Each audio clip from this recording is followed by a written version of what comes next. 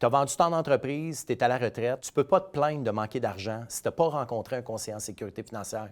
J'ai un exemple de quelqu'un à qui c'est arrivé. J'ai un client l'an passé qui me téléphone, on est au mois de mars passé. Il m'appelle pour me dire, écoute, ma mère en 2021 a vendu sa maison. Elle a investi l'argent avec un conseiller. Elle a voulu faire ses choses par elle-même. En 2022, les marchés boursiers ont malheureusement connu une perte de vitesse, donc elle a connu des pertes. Mais elle dit là, elle ne sait plus quoi faire, puis elle est anxieuse, puis elle a de la misère à dormir sur cette situation-là. Je dis, écoute, c'est facile de te donner un diagnostic, mais sans réellement la situation réelle de ta mère, je ne pourrais pas l'aider. Puis imagine si j'étais en mesure de passer d'une situation qui semble désespérée à une situation qui est exceptionnelle pour elle.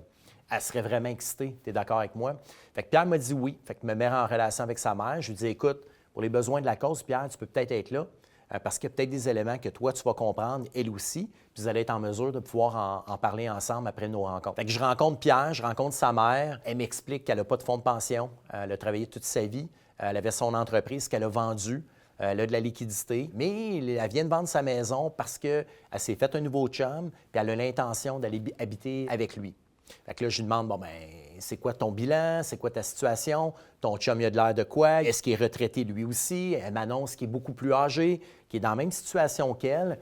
Et je lui mentionne, je lui pose la question, je dis, écoute, c'est beau, mais selon votre rapport d'impôt que vous m'avez donné, vous avez droit au supplément de revenu garanti. Fait que là, elle me dit oui. Mais je dis là, les choix de placement que vous avez pris dans le passé avec la vente de votre maison, vous allez peut-être vous disqualifier pour le supplément de revenu garanti. Elle dit, ah oui, pourquoi?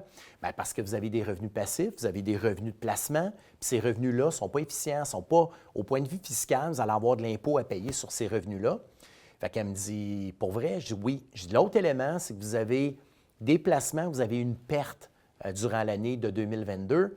Bien, vous pourriez peut-être déclarer la perte en capital, puis la réappliquer sur votre rapport d'impôt. Bien, elle me dit, je fais ça comment? Bien, vous avez sûrement un comptable.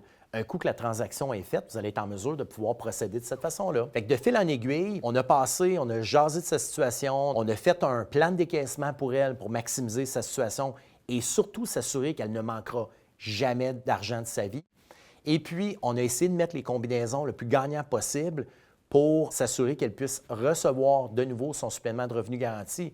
Ce n'est pas parce qu'elle manque d'argent, c'est juste qu'elle n'a pas de revenus à déclarer annuellement. Fait que, suite à ces rencontres-là, ce qu'on a réussi à faire, c'est de maximiser. Donc, on a réellement amélioré son sort financier. Puis, après ma barre pour elle, oui, elle n'est pas plus riche en termes de valeur de portefeuille, mais elle est plus riche d'avantages fiscaux qu'on est allé chercher pour elle.